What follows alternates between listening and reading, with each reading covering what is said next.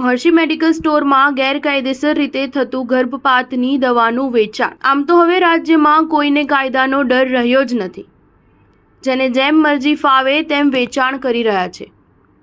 ત્યારે અમદાવાદ શહેરના ગુમા વિસ્તારમાં આવેલ મહર્ષિ મેડિકલ સ્ટોરમાં ગર્ભપાતની દવાનું વેચાણ થઈ રહ્યું છે, એ પણ ગેરકાયદેસર વેચાણ થઈ રહ્યું છે। કોઈપણ જાતના ડોક્ટરના પ્રિસ્ક્રિપ્શન વગર દવાનું વેચાણ કરે છે।